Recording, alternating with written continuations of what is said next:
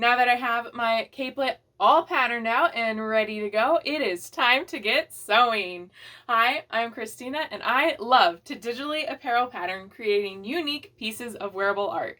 And I am so excited to be making this fun capelet today out of some fabric I have in my stock for a while. And I'm super excited. So if you're interested in sewing along with me, you can find the pattern down below at my store. And if you enjoy these type of videos, make sure to like and subscribe so you can see other fun ways to digitally apparel pattern some fun sewing patterns. So let's get this started, and we'll move over to the projector and get it cut out so we can get sewing. I'm going to start by making sure my projector is scaled the right size.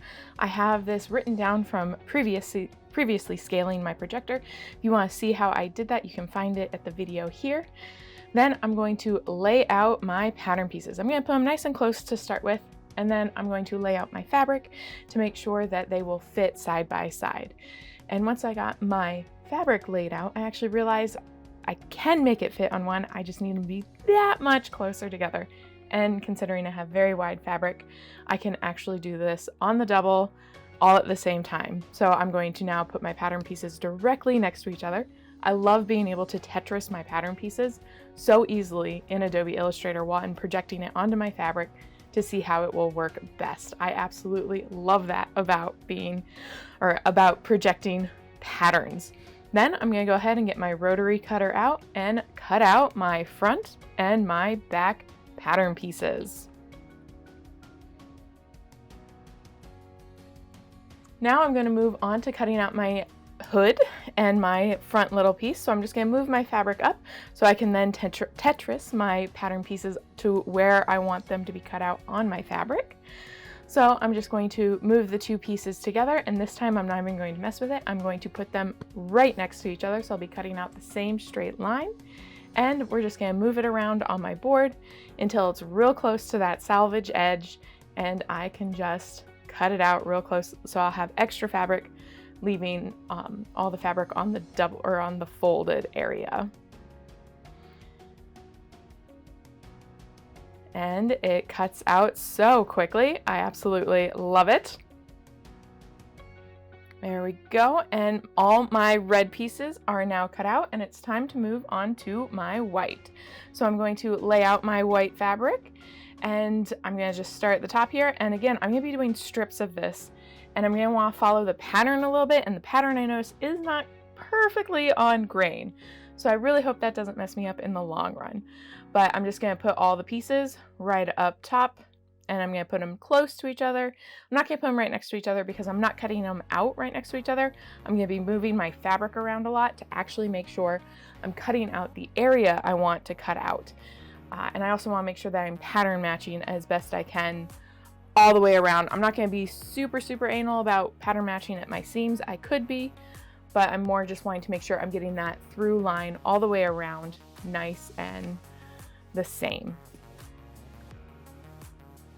And since this pattern is slightly off grain, it's kind of just a little bit of a wiggle room. This was also a remnant piece that I bought, so it's not cut straight on the edge. As you can see, like there is a very drastic angled cut for first, so I can't actually go all the way across on my pattern piece. There's also a spot here on the fabric here that I'll also have to work around.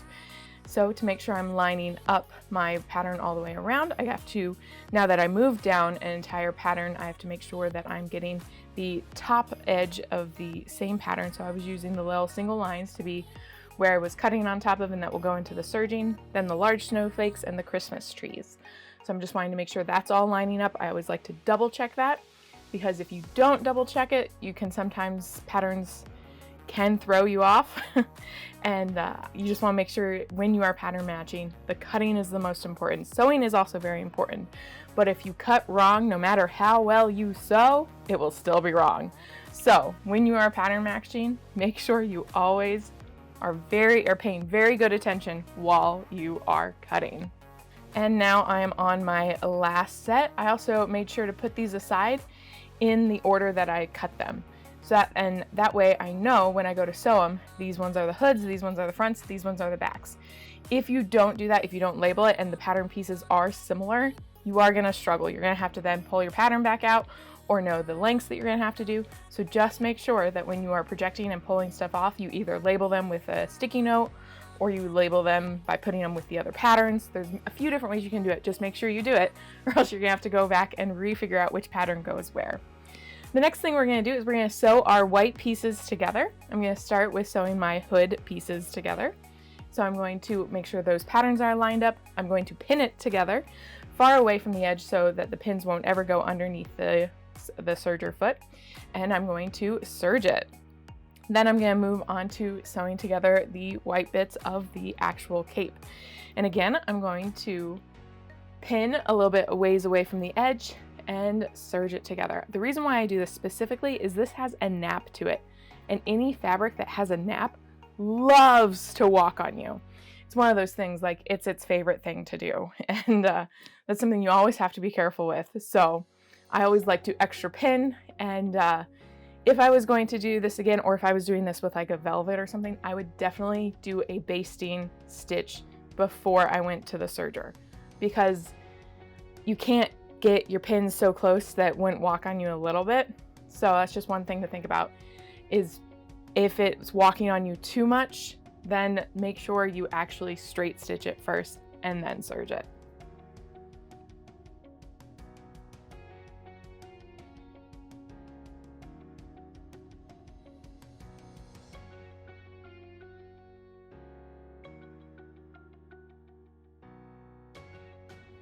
Next, we're going to prep my white. So at all of my junctions, I'm going to make sure that the seam allowances are folded in opposite directions so that there's not too much bulk on one side of every seam. So I'm just going to go through and make sure each one of those is pinned in opposite directions. I'm going to make sure the two ends are pinned together nicely. And that's just going to help in the long run make sure that I am going to have a nice, smooth serging my little white hem onto my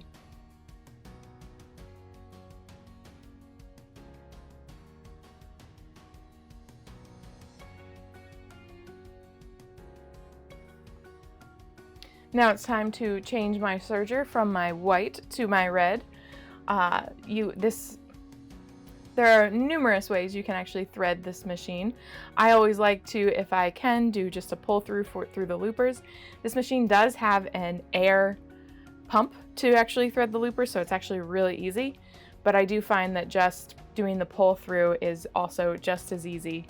I never do the pull through with the needles just because they're so easy to thread, and it sometimes is more work than necessary in my book. So I always rethread my needles, and I commonly will do the pull through with my loopers.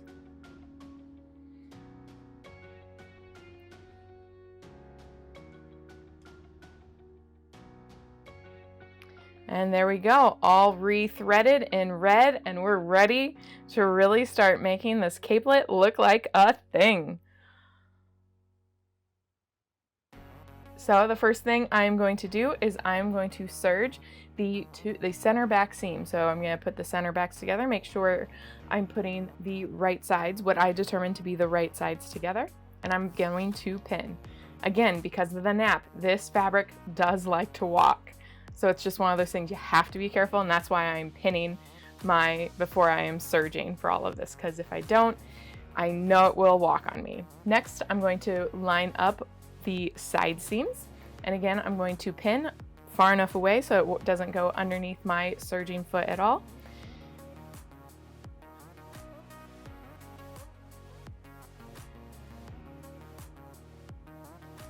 And then I'm going to serge it together.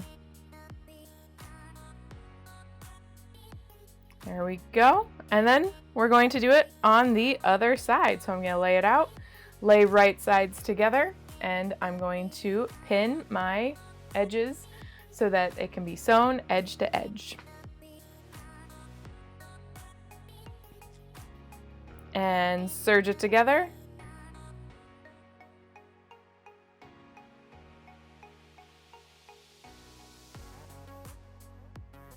Now I'm also going to serge my hood. So I'm going to line up my hood and pin it together and serge. Once all my serging is done, there are a few different ways that I can complete this. I can just go ahead and move on and just have it just serged together. I could do a zigzag stitch everywhere to really hold all those seams down and everything, or I can cover stitch all my seams down, and that's the way I actually chose to go. So now that I have everything kind of serged, before I actually put everything together, I want to stabilize all my seams to make them look that much nicer. So I'm going to move over to my cover stitch machine, and I'm going to cover stitch I'm going to use the double needles on the right side of the fabric and the looper on the wrong side of the fabric, and that will stabilize that seam to one side and just help make the garment look that much nicer and have those seams really lay flat. Now I am going around on my hood right now, and I have to go really slow around that curve, but once it's done, it actually works out and it looks beautiful. Next, I'm going to cover stitch all the seams actually on the capelet. So I'm going to do the two side seams and the center back seam. You want to make sure that when you are doing this, that your two side seams are going in the same direction. So if you want to press your seam allowance towards the front, just make sure on each side both seam allowances are going towards the front. Or if you want to do it towards the back, do it opposite and press the seam to your back and then be stitching on the back panel. It's just kind of something that you want to make sure looks nice in the long run. So take that little bit of extra care and make sure they match side to side. Ooh, it's looking so good.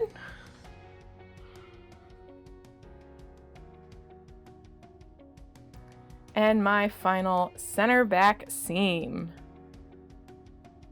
Actually, I think this is another side seam.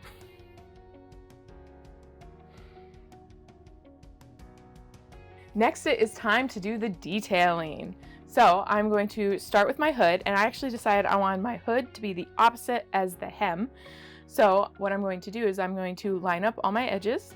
I'm going to pin far away, and again, it's going to walk a little bit, so you want to make sure you're pinning really well. And then I'm just going to serge all the way across my hem of my hood so that my hood now has the hood part and then it has the white hem trim part. Ooh, I'm so excited how this turned out. I cannot wait to see this completed capelet. Next, we're going to move on to hemming the edge of the capelet with the white. So again, I'm going to be lining up all three pieces, the two folded of the hem and the single of the capelet. You want to make sure the edges are right sides together. So I'm wanting to make sure that my snow and tree flake are actually matching my capelet. I'm just going to give it lots of really good pins because I know it's going to walk on me just because of how much it already has walked on me. So then once I have it pinned and I feel like it's good, I'm going to move over to my serger, and we're going to work little bit by little bit, making sure all those different edges are all lined up and ready to go, and just give it a serge.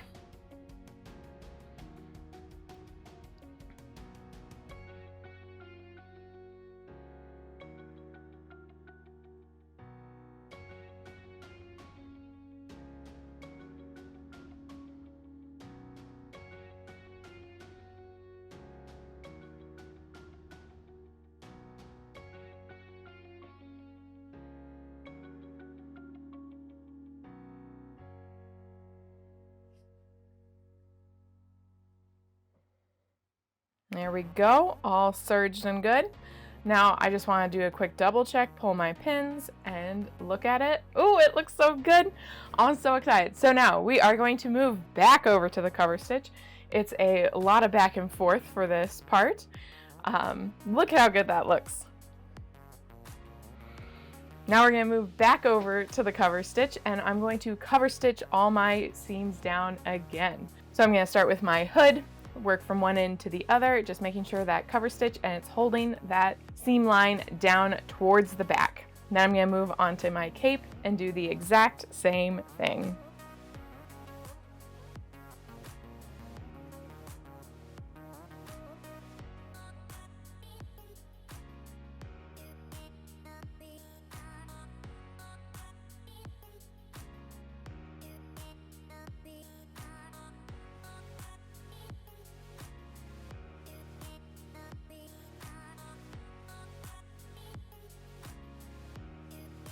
As I was working around my capelet, I didn't realize I still had a pin in there, and it caused my sewing to kind of go asymmetrically off, and I had to seam rip a little bit of the cover stitching and kind of restart on one of my side seams.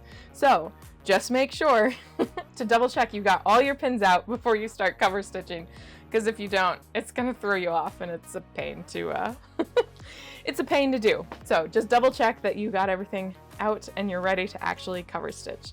Ooh, it looks so good. Now it's time to actually put together my little center front plackets. So I'm just gonna serge the top and the bottom so that I can then flip it right side out and have a really nice placket for that center front.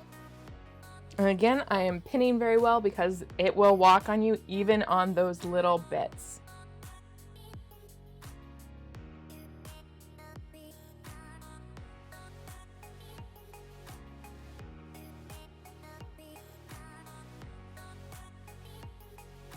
Now that I have the placket flipped right side out, I'm going to line it up with the top of my capelet and the hem of my capelet. And I want to pin very well because of the walking capabilities of the fabric. I want to pin it really well, and then I'm going to serge it. When I serge stuff that is has a much higher chance of being seen or will not have easily knots at the end or being serged by something else, I like to do a serging backstitch. If you're interested to see how you can do this, you can definitely check out this video here on how you can kind of backstitch on a serging. There's a couple different ways you can do it.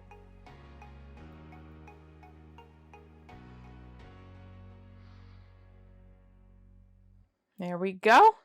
Got the one done. Looks so good. Now we're going to move on to the other side.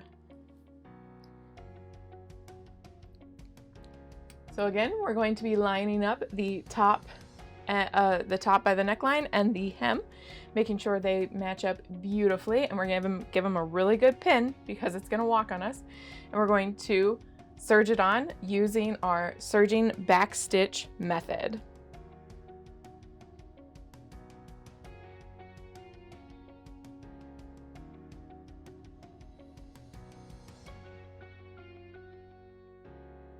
Awesome, there it is.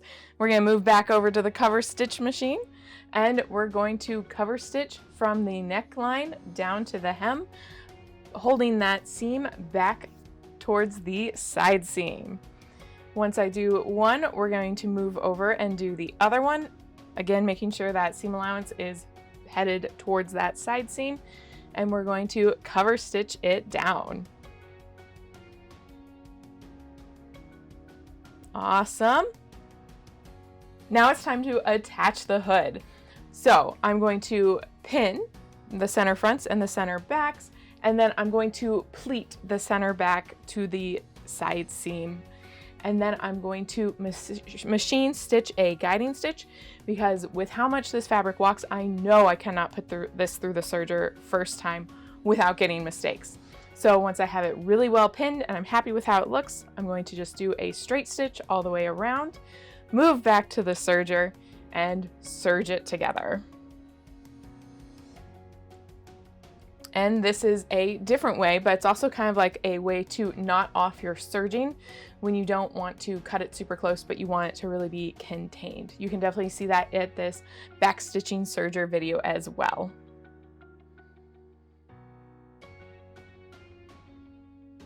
And I'm not going to serge all the way across because I want to make sure that both ends look really nice, and I can't do the back stitching trick when it's not at the very edge. So I'm going to do the other one that pulls the thread around. And there we have it. You can go through and cover stitch that neckline down if you want. I chose not to. Now it's time to put the fun buttons on. So I love using this button spreader and my chalk wheel here to really get them lined up perfectly, and then I don't have to measure. I just pull it, looks good, mark it, and then I can lay out these cute little snowflake buttons I found. I'm so excited. So because they're snowflake buttons, I did decide not to do real buttonholes, but just snaps. So I'm just going to sew these snowflake buttons on, and then under each snowflake button there is going to be a snap instead of a button. They were just too cute to pass up, but they were a little bit too big for the placket I had made, but they were just too cute to give up. I mean, come on, how cute are these little snowflake buttons? I absolutely love them. And since they are not going to be weight bearing, I'm not going to go crazy sewing them. I'm just going to do 3 stitches around so it's nice and even and looks pretty. Then I'm going to move and add on the positive snap. So I'm also not going to change my thread, which means I have to be extra careful to not poke through to the right side of the fabric. Because I am sewing in white on red fabric, that would be very obvious. So you just want to make sure that if you're doing that, you don't accidentally poke through. So I check very often to make sure I'm not poking through and my white thread is not being seen at all.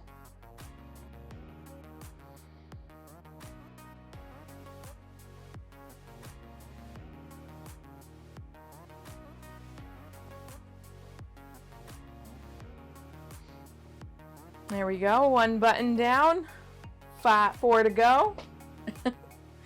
And here we go, we have my last button as well.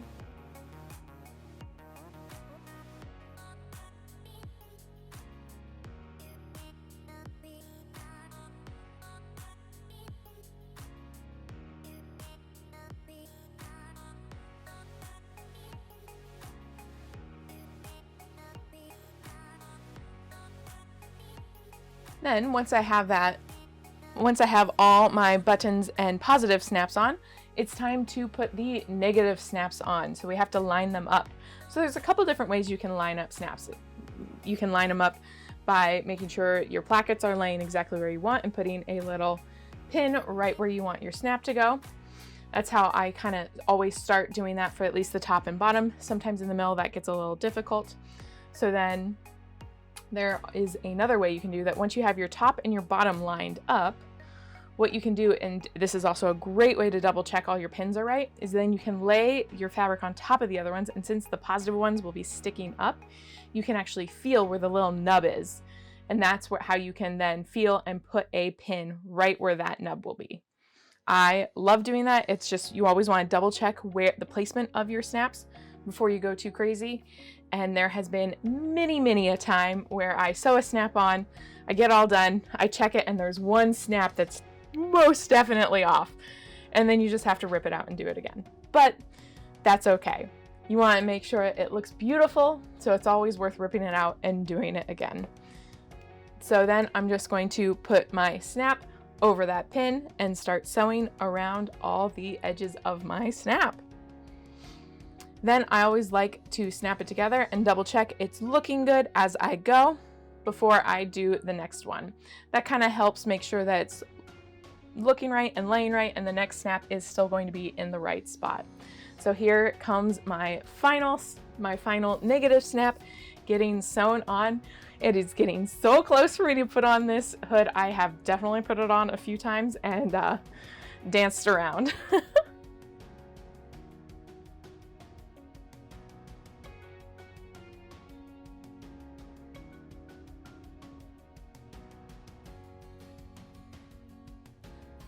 And all I have to do is tie off, scissors, and it's time to try it on. Ooh, I'm so excited.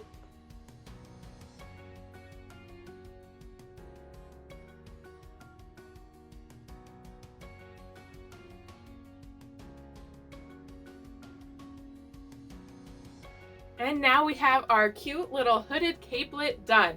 I am so excited how this turned out. It just kind of makes me want to dance. If you enjoyed this video, please make sure to like and subscribe. That way you can see other ways to digitally apparel pattern and then print out or project out and sew together some amazing pieces of wearable art. And remember, if you want to get this pattern, you can find it down below through my store. I look forward to seeing you in some of my other videos. Happy sewing!